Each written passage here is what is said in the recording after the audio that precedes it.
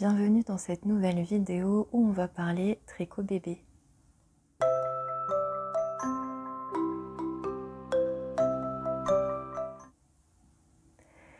J'ai récemment tricoté un cadeau pour le bébé d'une amie et je me suis dit que c'était l'occasion parfaite pour partager avec vous quelques astuces sur le tricot bébé.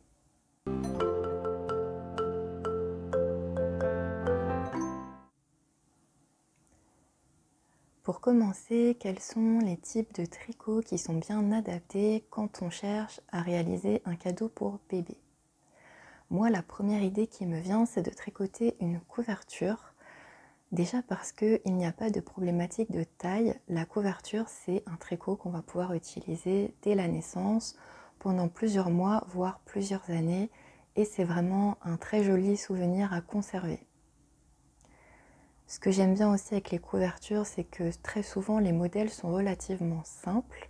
On peut les tricoter sans se prendre la tête et on peut aussi progresser au fil de l'eau, notamment quand on a des modèles qui sont composés de plusieurs carrés. Donc on peut tricoter un carré par jour ou par semaine et ensuite tout assembler. L'inconvénient évidemment, c'est le temps que ça va prendre. Une couverture forcément nécessite des dimensions minimales et de ce fait il faut être sûr d'avoir assez de temps avant la naissance ou en tout cas avant le moment où on va offrir notre cadeau. Si on a un petit peu moins de temps devant nous pour réaliser notre cadeau bébé, il y a quand même d'autres alternatives. Donc moi, ce que j'aime bien faire, ce sont les bonnets. Parce qu'en plus, les bonnets, ce sont des accessoires qui sont plutôt flexibles. Le bébé pourra le porter pendant plusieurs mois avant qu'il ne devienne trop petit. Et c'est aussi plutôt simple à réaliser. Autre idée qui fonctionne assez bien, ce sont les petits chaussons rapides et simples et qui font vraiment toujours plaisir parce que c'est super mignon. Alors évidemment, les chaussons, on ne pourra pas les porter pendant très longtemps, mais on pourra les garder en tant qu'élément de décoration.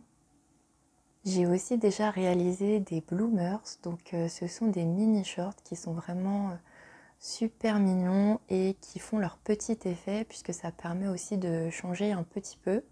Dans tous les cas, je vous conseille d'en parler avec les futurs parents pour savoir ce dont ils ont besoin et aussi quels sont leurs goûts. Vous pouvez aussi vous renseigner sur la décoration de la chambre pour bien choisir vos coloris et sélectionner le fil le plus adapté.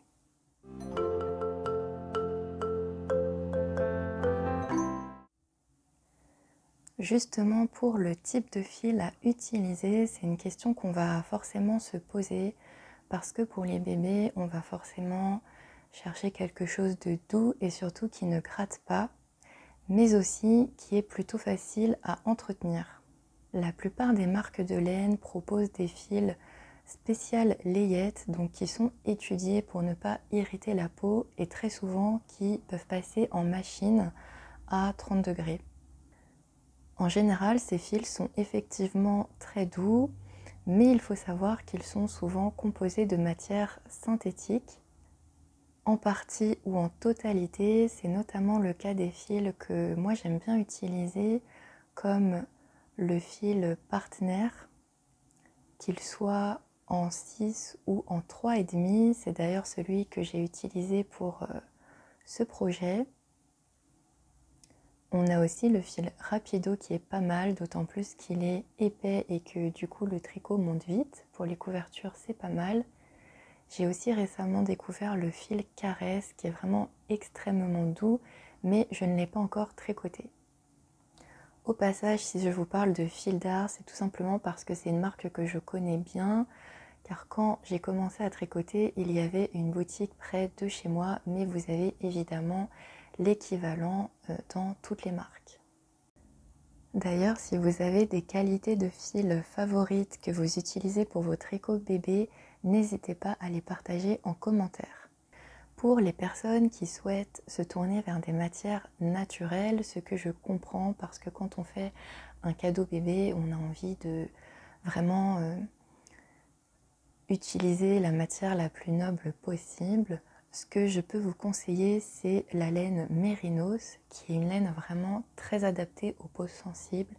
Elle ne gratte pas et on dit aussi qu'elle est thermorégulatrice, c'est-à-dire qu'elle tient chaud sans pour autant tenir trop chaud. C'est-à-dire que si jamais la température augmente, on n'aura pas une sensation d'étouffer. Une autre matière qui est vraiment parfaite pour les tricots bébés, c'est tout simplement le coton, qui est en plus disponible dans pas mal de couleurs différentes. Donc le coton ne tient pas spécialement chaud, mais il ne tient pas moins chaud qu'une matière synthétique. Et l'avantage, c'est qu'il pourra être porté toute l'année.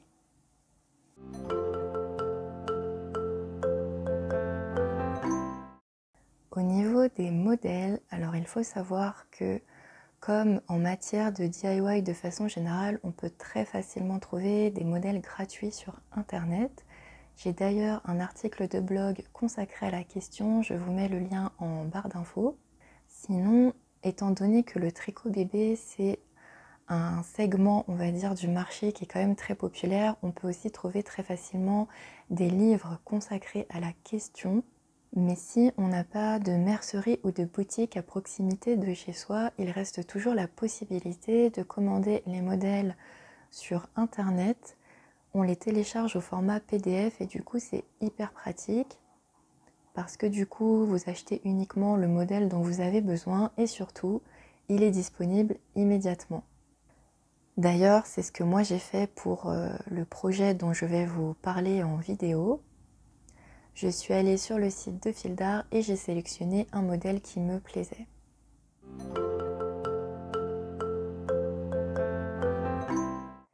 Et enfin, quand on tricote un cadeau pour bébé ou bien pour quelqu'un d'autre, il est nécessaire d'anticiper suffisamment le temps dont on aura besoin. Donc j'en ai déjà un petit peu parlé tout à l'heure, mais il faut bien prendre en compte le temps de recevoir le matériel.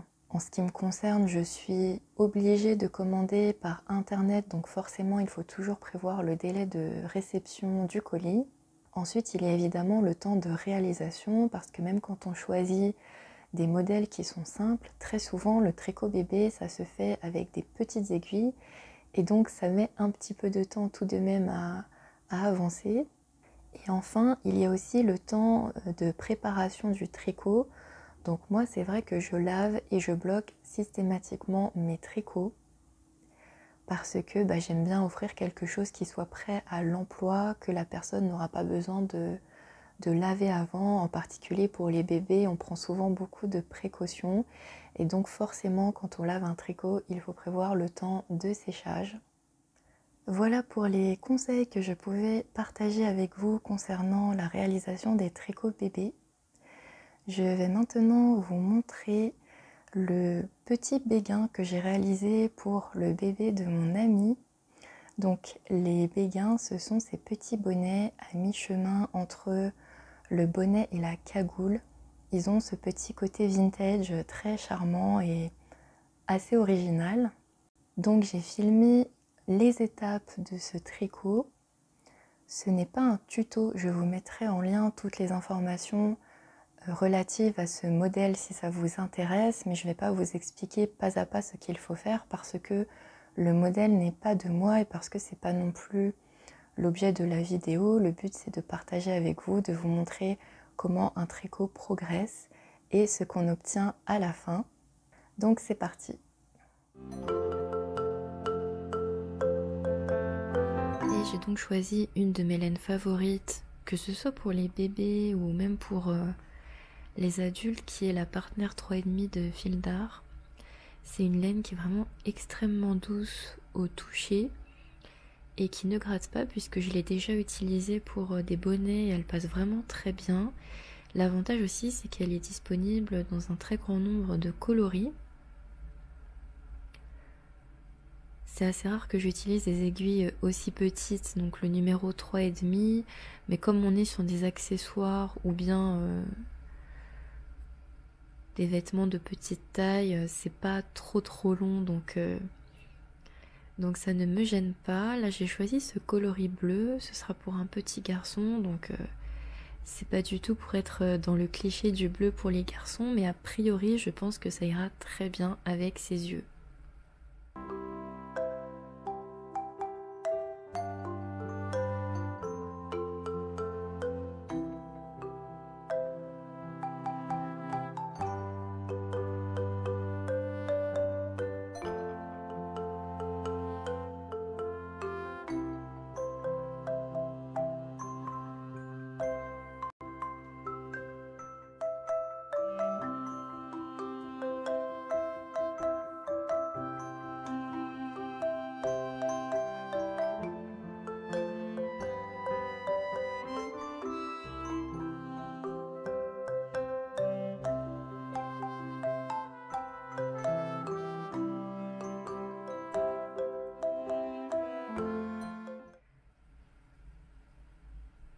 Et voici la première partie du béguin terminée.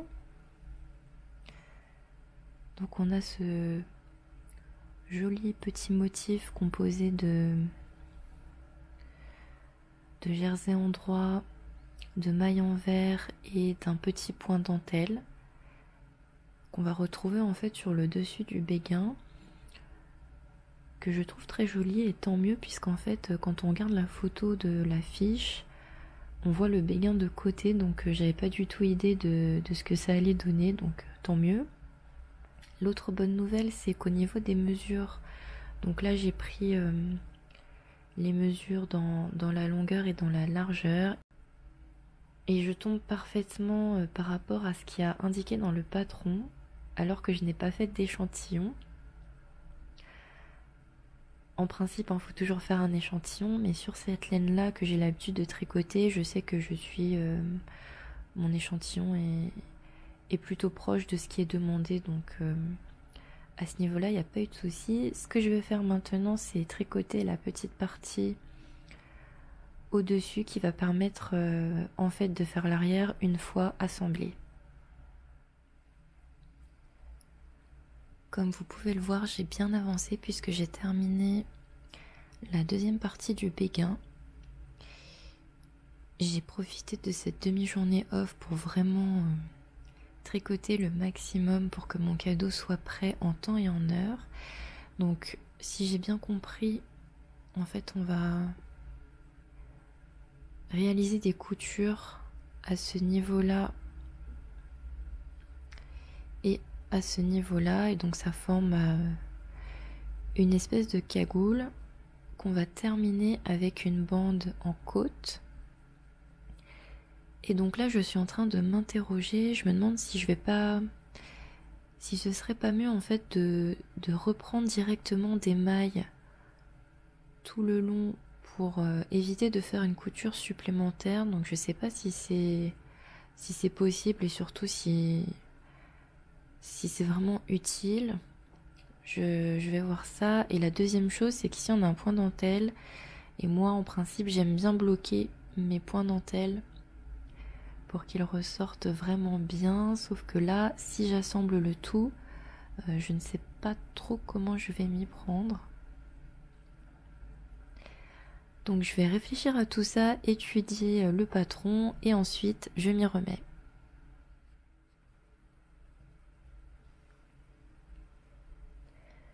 Et bien finalement j'ai tricoté la petite bande de boutonnage à part, comme préconisé dans le patron. Donc c'est une bande toute simple en côte 1-1, avec des aiguilles numéro 3, alors que le corps était réalisé aux aiguilles 3,5. Donc c'est un travail très fin et délicat, c'est très satisfaisant à regarder, d'autant plus que c'est sur une petite surface, donc c'est relativement rapide. Et donc là il va me rester l'assemblage, donc je vais procéder aux coutures. Et il y a également une finition au crochet à réaliser tout le long du béguin, donc je vais voir comment m'y prendre, et je vous montre le résultat.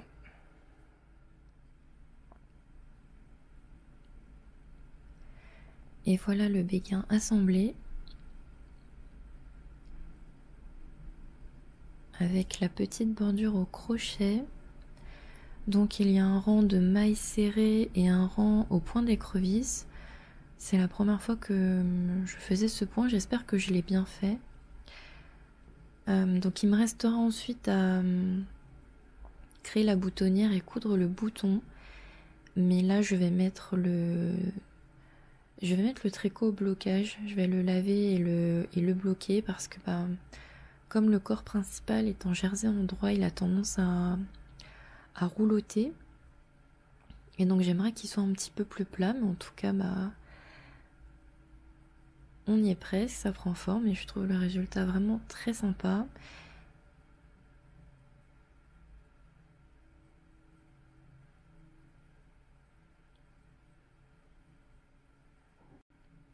J'espère qu'il ne mettra pas trop de temps à sécher pour que je puisse vraiment rapidement procéder aux dernières finitions.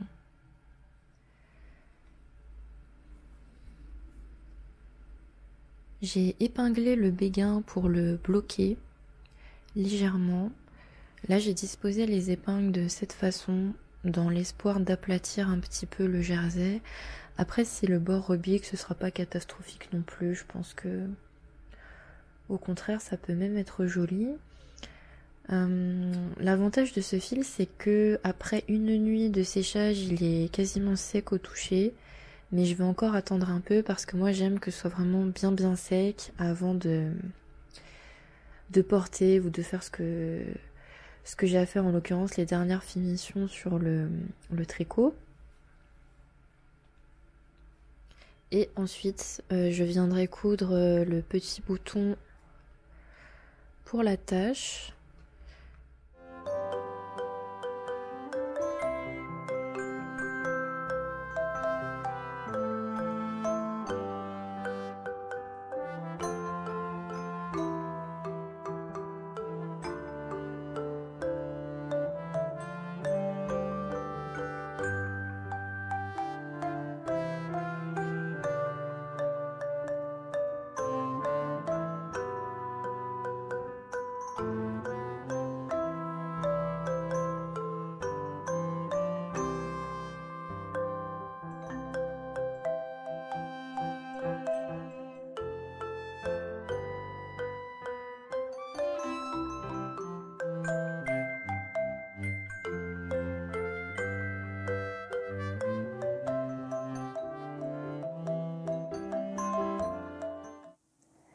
Voilà, j'espère que ce petit récap vous a plu. Donc j'ai offert le béguin au petit bébé de mon ami et ça a beaucoup plu, d'autant plus que la couleur est parfaitement assortie à ses yeux. Donc j'étais ravie et la maman aussi. Si la vidéo vous a plu, n'hésitez pas à laisser un commentaire, à liker, à partager et à vous abonner. Ça aide énormément la chaîne. Je vous remercie en tout cas d'avoir regardé jusqu'au bout et je vous dis à très bientôt pour une nouvelle vidéo.